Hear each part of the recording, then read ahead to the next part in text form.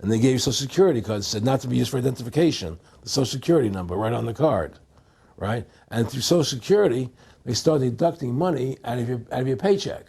That was the first time they were ever could take money out of your paycheck, because people agreed to it because they thought it was going to their retirement fund. And so then when they instituted the income tax again, they started taking money out of your paycheck because Social Security could do it. And then they could do it again. You see what I'm saying? And so now they've even taken control of the tax, the tax payment itself. I mean, literally like you're a slave. They're Right. taking it right there when you make it. Exactly. They don't even trust the public enough to go send and them pay a it check. themselves, you know? Right. So they take it out automatically because they know people aren't going to want to pay it. So what's happened is that through the implementation of the Federal Reserve System, the government has become vested in these bankers, and they get their money from the bankers. And so then they impose a tax on us, which makes us more slaves, makes it more difficult for us to survive, right? Giving them more profits. And now what's happened is that through the Federal Reserve System, the bankers have pretty much taken control of our government. It doesn't matter Republican and Democrat anymore, because they're both the same. Neither one of them are talking about shutting down the Federal Reserve System or stopping the payment of taxes, or any of the big issues that face Americans, right? So I had a friend, Nick Rockefeller, okay, who was one of the Rockefeller family, and he, when I was running for governor in Nevada, he came to me, introduced himself to me through an attorney, and we became friends. We started talking about things, and I learned an awful lot from Mr. Rockefeller. And one of the things that we used to talk about was the ultimate plan of the banking industry, what they wanted to accomplish.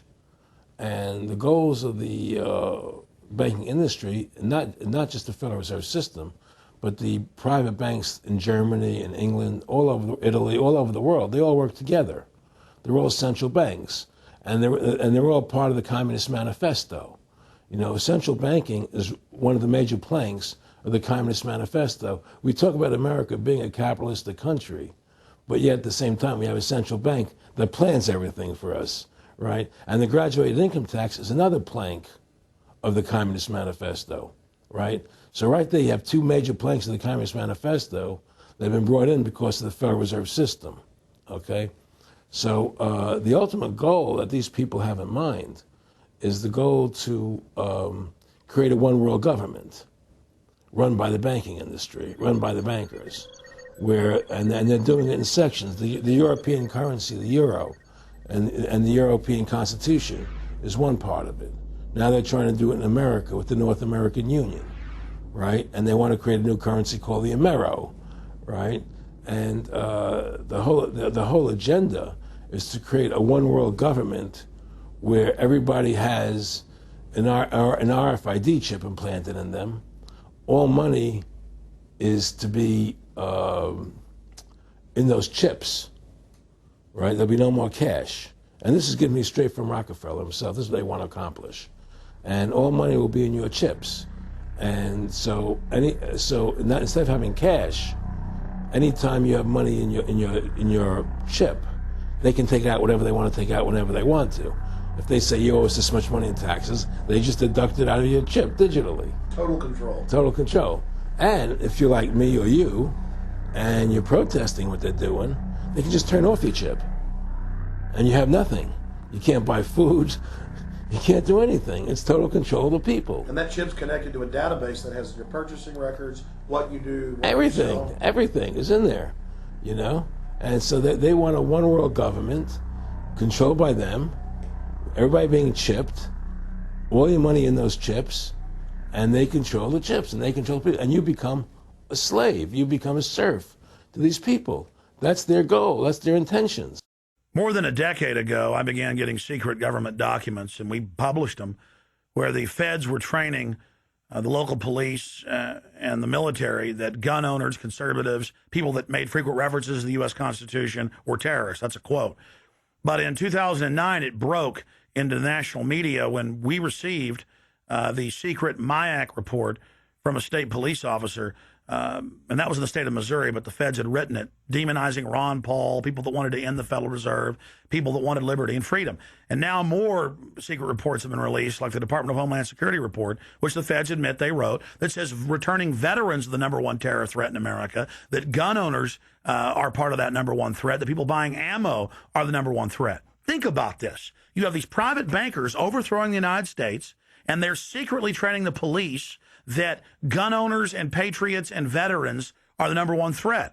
So they're saying the American people that follow the Constitution and Bill of Rights that'll actually stand up against this tyranny are terrorists, because they are the terrorists. They are the criminals coming in with a corporate takeover, a hijacking of the nation. Eric, can you be specific about when you met Rockefeller, how it happened in these discussions? I met Rockefeller through a female attorney I knew who called me up one day and said, one of the Rockefellers would like to meet you. I had made a video called Mad as Hell, and he'd seen the video and wanted to meet me and knew I was running for governor of Nevada. So sure, I'd love to meet him. And I met him, and I liked him, and he was a very, very smart man.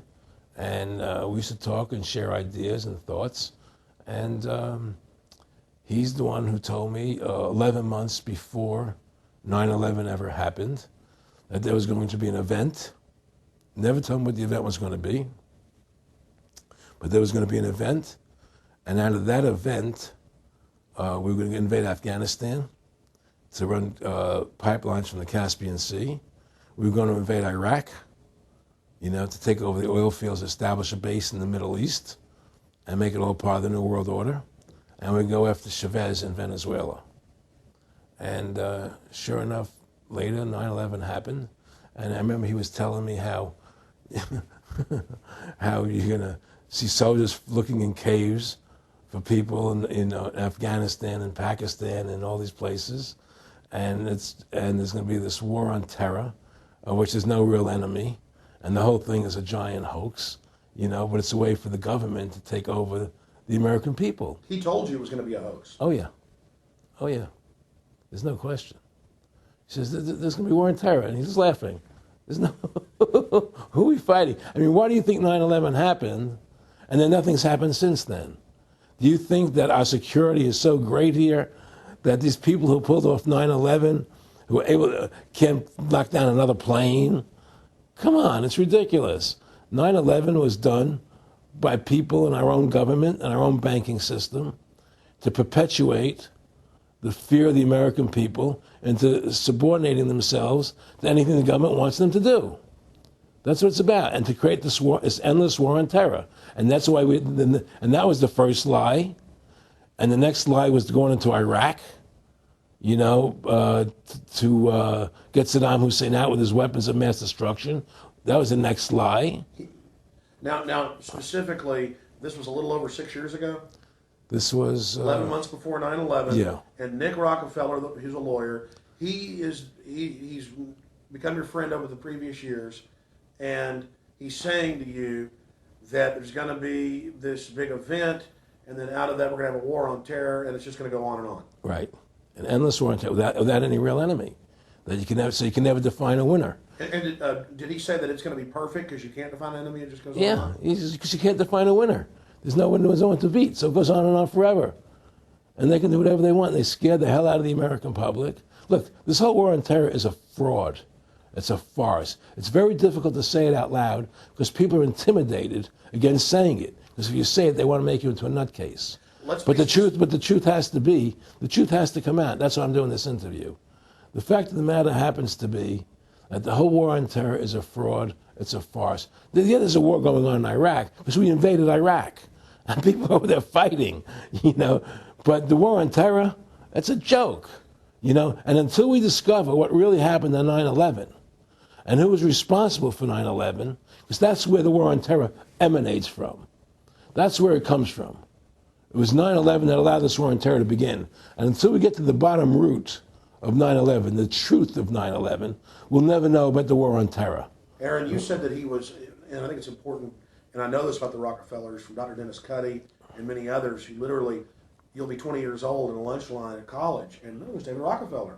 And here's here, they're experts at recruiting and getting what they call players, and that clearly he was, I want to make it specific and just get you to reiterate what you said last night about you got 30% of the vote. You were having an effect. You made mad as hell. They knew that you'd started the Constitution Party. Yeah. They knew that you were somebody who was taking action and getting things done. You'd already made some big films, had a lot of other successes. Right. So they were trying to recruit you, and didn't it come down to the point of, hey, we are here to recruit you, and don't worry, your chip's going to say, don't mess with us. This guy's don't touch. Yeah, yes, that did happen. I was definitely being recruited, but it's more subtle than that. Well, in your words, just go through the process, and then what he said. Well, what it is remember we were friends, and we used to go to my house a lot. We'd have dinner, we'd talk, and he'd tell me about business investments, how you get involved in, or they would help me with this business investment or that business investment.